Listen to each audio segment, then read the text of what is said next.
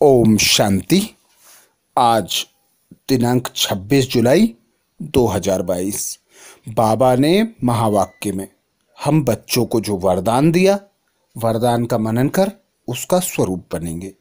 बाबा वरदान में बोले, परमात्म प्यार की शक्ति से असंभव को संभव करने वाले पद्मा पदम भाग्यवान भव। बाबा आज हम बच्चों को पद्मा पदम भाग्यवान भव का वरदान देते। वरदान में बाबा कहते, परमात्म प्यार की शक्ति से असंभव को संभव करने वाले पद्मा पदम भाग्यवान भव। डिटेल में बाबा कहते, पद्मा पदम भाग्यवान बच्चे सदा परमात्म प्यार में लवलीन रहते हैं। परमात्म प्यार की शक्ति किसी भी परिस्थिति को श्रेष्ठ स्थिति में बदल देती है। असंभव कार्य भी संभव हो जाते हैं। अर्थात जो बच्चे परमात्म प्यार में मगन होते हैं, जिन बच्चों को परमात्मा का प्यार प्राप्त होता है, परमात्मा का प्यार अर्थात परमात्मा का वर्षा, परमात्मा का वर्षा अर्थात सर्वगुण संपन्न, 16 कला संपूर्ण, संपूर्ण निर्विकारी, संपूर्ण अष्ट शक्तिशाली। तो सारी शक्तियां जब हम में होंगी, सारे गुण हम में होंगे, ज्ञान के गुह्य राज से हम परिचित होंगे, तो बाबा कहते, कोई भी बड़ी से बड़ी परिस्थिति हो, पहाड़ जैसी समस्याएं हो, राई के समान, रुई के समान अनुभव होंगी। असंभव कार्य भी संभव हो जाएंगे।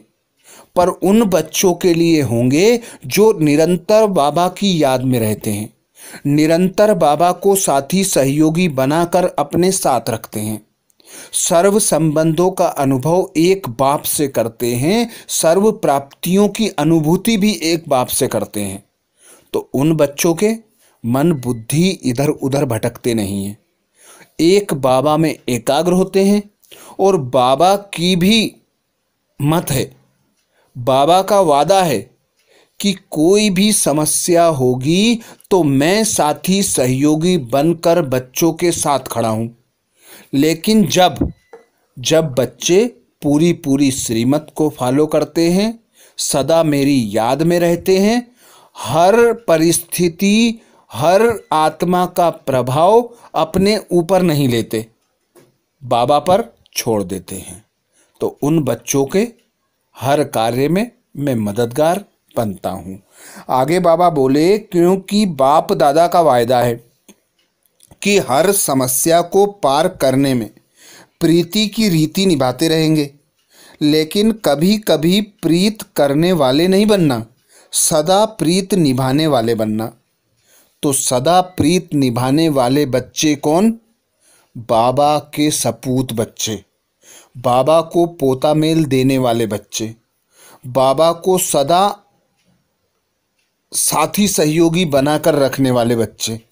तो ऐसे बच्चे जो सदा बाबा की याद में भोजन करते हैं, बाबा की याद में उठते बैठते हैं, बाबा की याद में ऑफिस जाते, दुकान जाते, कर्म करते, बाबा की याद में लवलीन रहते, अर्थात कर्म योगी बनकर रहते, निरंतर योगी बनकर रहते, उनके लिए बाबा प्रीत की रीत निभाने में बंधा हुआ है।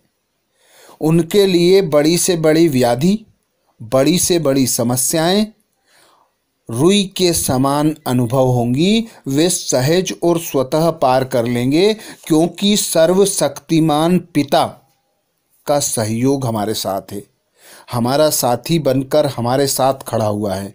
तो ऐसी कोई समस्या नहीं जो हमें असफल बना दे, हमें हलचल में ला दे।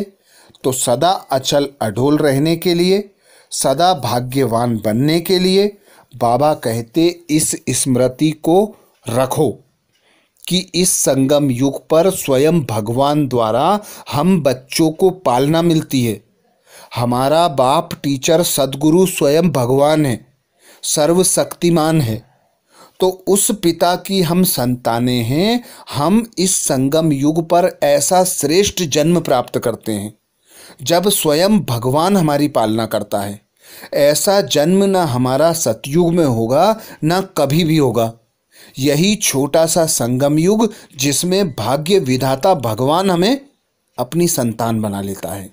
तो हमारे जैसे श्रेष्ठ भाग्यशाली बच्चे कोई हो नहीं सकते, जिनका शक्तियों से, गुणों से, ज्ञान से श्रृंगार स्वयं बाबा करते, श्रीमत देकर हमारा मार्गदर्शन करते।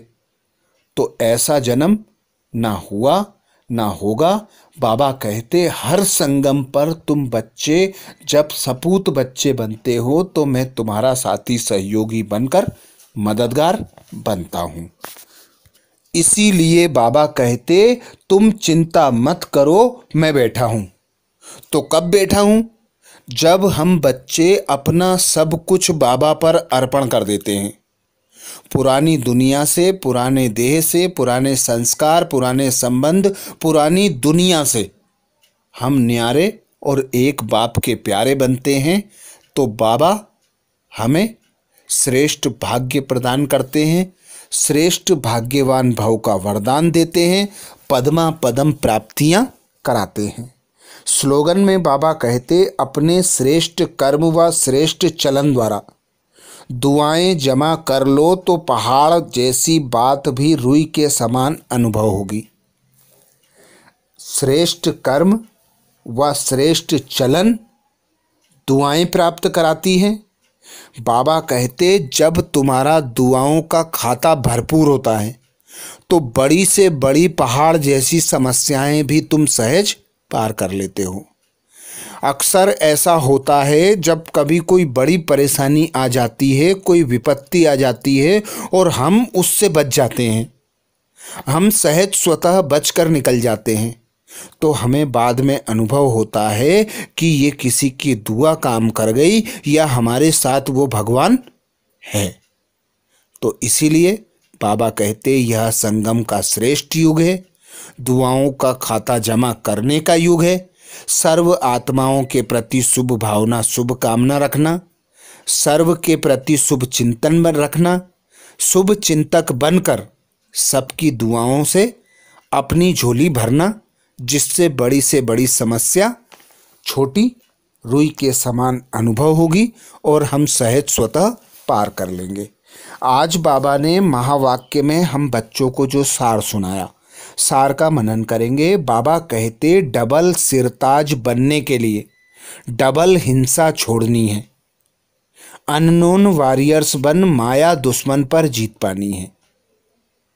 मीठे बच्चे, डबल सिरताज बनने के लिए डबल हिंसा छोड़नी है, अननोन वॉरियर्स बन माया दुश्मन पर जीत पानी है। प्रश्न किया बाबा ने, छोटा मुख और बड़ी बात, यह कहावत किसके लिए और क्यों प्रसिद्ध है? छोटा मुंह और बड़ी बात, यह कहावत किसके लिए और क्यों प्रसिद्ध है? उत्तर में बाबा कहते यह कहावत परमात्मा के लिए है। कैसे वह साधारण तन में बैठ इस छोटे मुख से तुम्हें बड़ी बड़ी बातें सुनाते हैं। गरीब निवाज बाप तुम्हें गरीब से साहूकार बना देते हैं। तुम बच्चे भी कहते हो हम जबरदस्त वॉरियर्स हैं, हम रावण पर जीत पाकर सारे विश्व पर स्वर्ग की स्थापना करते हैं। तो यह भी जैसे छोटा मुख बड़ी बात हुई। मनुष्य इन बातों को सुनकर हंसते हैं, समझ नहीं सकते। तुम्हारे जैसी बातें करना किसी को आएगा नहीं। गीत सुनाया बाबा ने, आखिर वह दिन आया आज। धारणा के लिए मुख्य सार में बाबा कहते पहली पॉइंट, माया के तूफानों से डरना नहीं है, याद की रेस करनी है, याद का ही चार्ट रखना है, याद ही सेफ्टी का साधन है। पहला पॉइंट बाप दादा कहते माया के तूफान से डरना नहीं है, याद की रेस करनी है, याद का ही चार्ट रखना है, याद ही सेफ्टी का साधन है। दूसरा पॉइंट बाबा कहते श्रीमत पर हम श्रेष्ठ राजधानी स्थापन कर रहे हैं। हम अननोन अर्थात गुप्त लेकिन वेरी वेल नोन अर्थात प्रख्यात वॉरियर्स हैं। इस रूहानी नशे में रहना है। श्रीमत पर हम श्रेष्ठ राजधानी स्थापन कर रहे हैं। हम अननोन अर्थात गुप्त लेकिन वेरी वेल नोन अर्थात प्रख्यात वॉरियर्स हैं। इस रूहानी नशे में रहना है। ये थे बाबा के महावाक्य। अच्छा, ओम शांति।